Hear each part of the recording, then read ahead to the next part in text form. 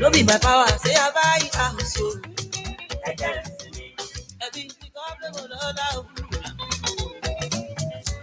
Olúwa ló fún mi lọ́mọ òwúwa.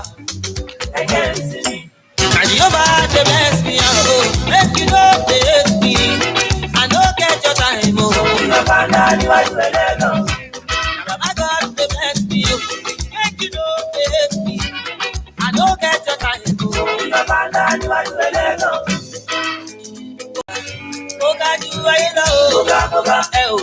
Thank you. The panelists are, ladies and gentlemen, all the way from Lagos State, the Center of Excellence. I want to call on the Director, New Growth Areas, Lagos Internal Revenue Service, Mr. Jimmy Aino. Can we give him a round of applause? You're welcome to Kwara State, the state of harmony. And ladies and gentlemen, we also have another young from Cross River State. He is the Commissioner of Finance. Let us make welcome Mr. Ekpeyong Asukwo. Can we give him a round of applause? You're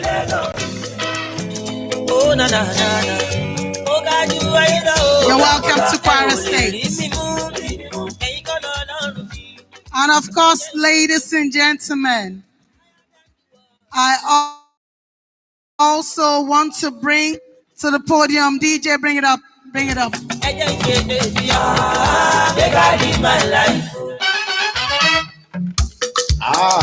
Somebody boy.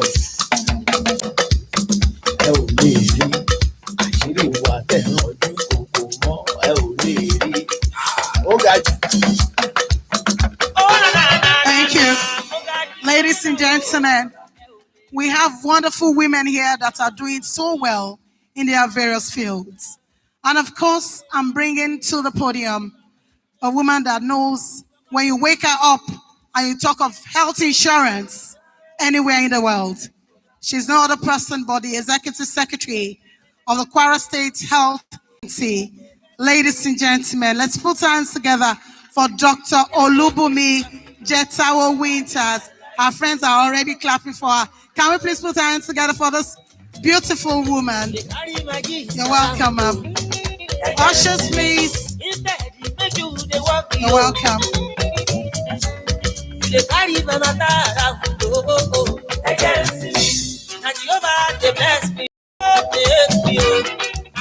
And lastly, ladies and gentlemen, is going to be the moderator of this session. Let's welcome the technical assistant to the Governor on Investment, Kwara State, Alhaji Kabiru Shagaya, as he comes up as well.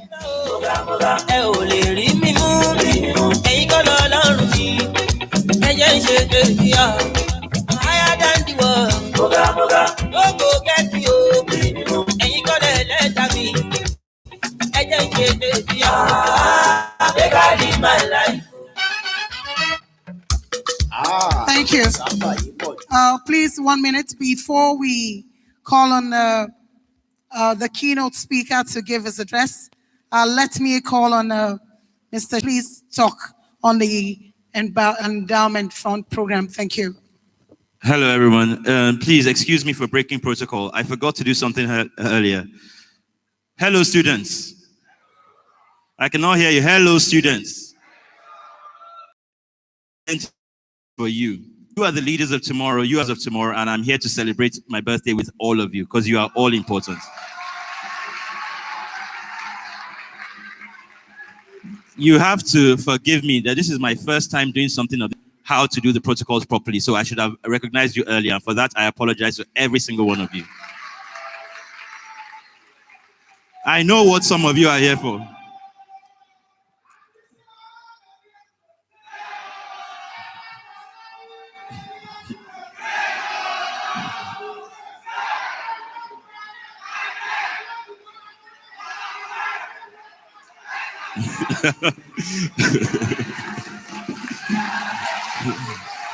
Please, please, let us show them why Kwara has the best students in Nigeria.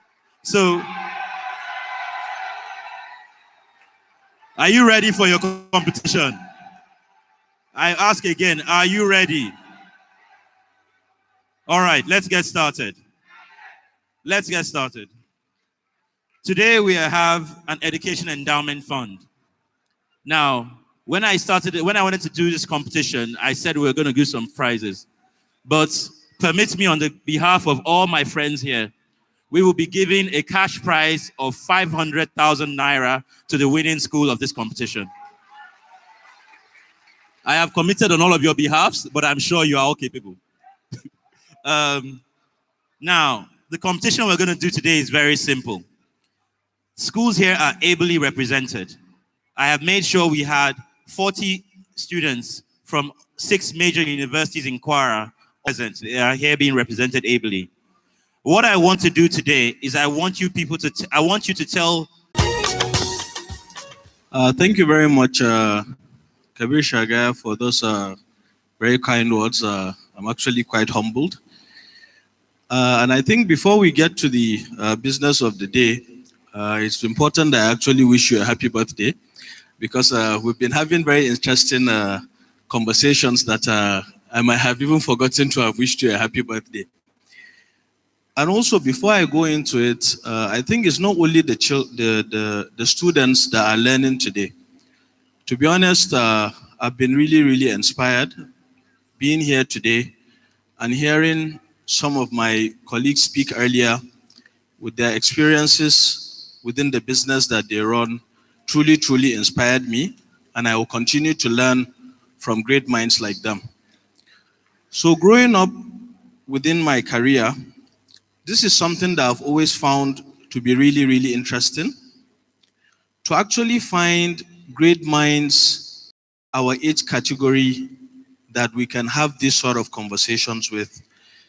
This was a constant challenge for me when I was growing up, because as some of them alluded to, typically you find that a lot of us have various other motivations.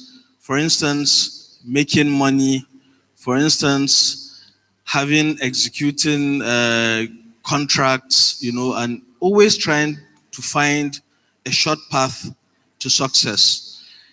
For me, I wasn't this fortunate. I looked for these opportunities initially when I started my career. Unfortunately, how many young people, are filling in those level 8 roles, level 9 roles, level 10 roles? It's not there. So I was able to come in at a very, very early stage in government, because I believed that what I was doing on a day-to-day basis is actually going to make an impact. And this is how my career started. I had the privilege of moving on to the Infrastructure Concession Regulatory Commission as a pioneer staff. I remember we used to close at work very, very late, because it was only me and the Director General, only 2 of us, that started the organization. And I was privileged to see so many things when I was working, things that typically my age mates. However, guess what? If I try to discuss that with my age mates at that time, they will say, you've come with all this, your long English, But today, as I am in the role as Managing Director of Rural Electrification Agency, which is a federal government agency that serves or takes electricity to unserved and underserved areas, I now recollect how all those experiences have actually helped me deliver on my role today. And I spent my whole entire life, government being, especially if you're inside, being a stressful job. I think that needs to actually change. And I'm sure my colleagues would have something to say to that. And marrying that with some of the things we talk about today in terms of the opportunity and in terms of the responsibilities and expectations, this is something we need to continue to deal with on a daily basis. Once people see me, they see contracts. Once people see me, they see that I should be able to make you rich in 24 hours. It's not like that. There are systems in place. There are things you have to do. As my brother talked about earlier, I was really inspired by him, by the way. He built the Chamber of Commerce in Lagos. That is what I like to see. Have people, as we've mentioned earlier today, that know more than you in your team, so that you are able to excel in the work that you do. So for me, during this whole time in government, what became important is that every work that you do, whether in the private sector, whether in the public sector, you need to impact lives. This is what is important. So even in my spare time, I find myself gravitating towards setting up foundations in education, set whatever wealth you have. If your neighbor is hungry, there is no point as far as I'm concerned. What you give is what is yours. So this is why, for me, being in the public sector is the most satisfying job ever.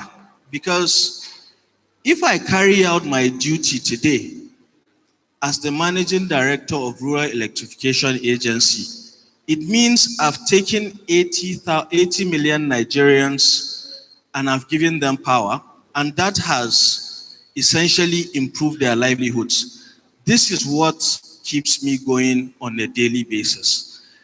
And I need to see more young people taking this leap to go into these roles that give you this sort of responsibilities. Not, you can sacrifice the first 10 years and not make so much money. But trust me, the satisfaction that comes with it, it's actually priceless. So during this time, what keeps you going is hard work and self-development. I think self-development is very, very important. If you don't know something, ask. If the person doesn't know, pick up a book and read about YouTube. When I hear people say, oh, sir, we need to go for training, I start laughing. I say to them, training, you just want to travel. You know, if you really want to train yourself, pick up your computer, open YouTube, search for that topic that you want, and you'll find a video there, 10, 15 minutes, that will teach you exactly what it is that you want. Don't tell me you want to go for classroom training. You know, so these are some of the things we need to continue to do as young people. And I'm really privileged to be here today, and I look forward to the panel discussions. And once more, I also somewhat tried to say if I could read a speech, but to be honest, I just spoke from my heart, just so that I feel this is the best way to usually carry out these assignments when you're given. And today, once again, I'll refer to my brother that constructed that building for the Chamber of Commerce.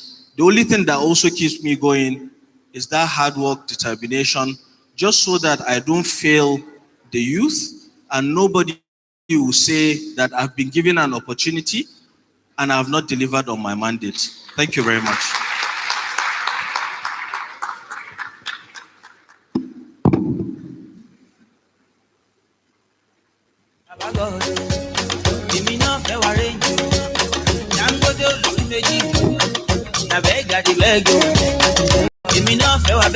Thank you.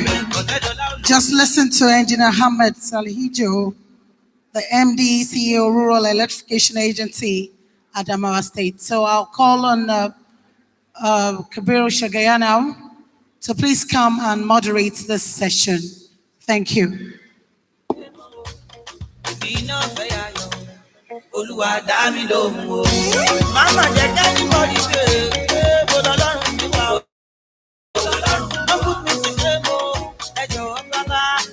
Thank you, everyone. Modi, thank you for that amazing speech.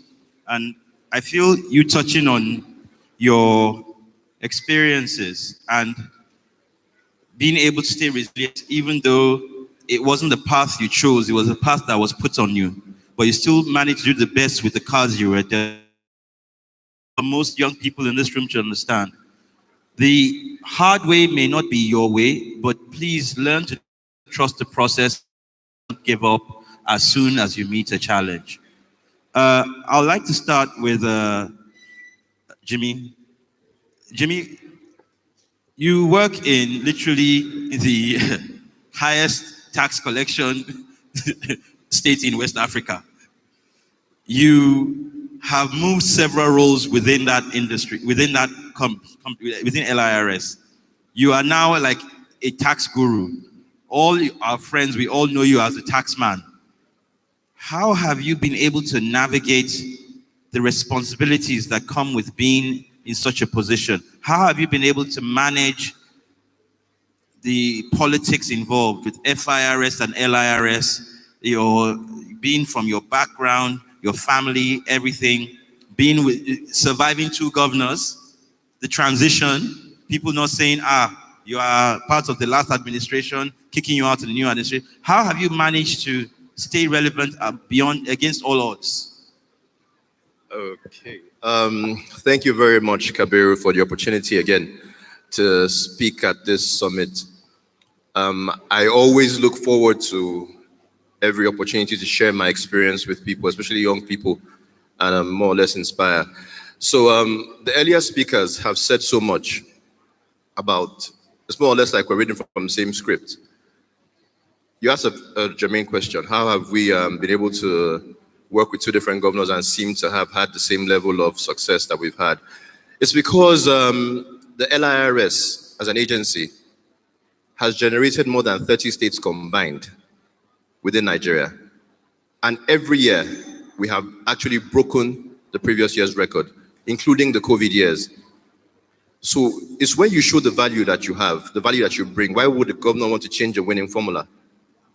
And that is the actual truth. So how do we navigate these processes or these, what I call it, technicalities? We know that we sell a very unattractive product, which is taxation. I was going to ask my entrepreneur friends here that you guys have spoken about so many things, but nobody has spoken about how much they've paid in taxes. They haven't spoken about their contribution to, it's a fact, you haven't spoken about your contribution to nation building. The IGR is what's responsible for what you see. Let's forget about what is done with the money, because that's what the next thing that we're going to ask. What are you doing with the money? Pay first so that you can ask questions. When you make the payments, you make your tax payments, then you can ask the question. So question government and ask us, what have you done with our money? But again, like I said, as long as you're showing your value, as long as you're doing the work, you're innovating. We're not working with manual processes. We're moving away from the way things were done before, and we're innovating daily. And one thing that I'm very proud of is that all the governors that we've had in Lagos have been very keen on innovation, and they have put their money where their mouth is when it comes to IGR. In the sense that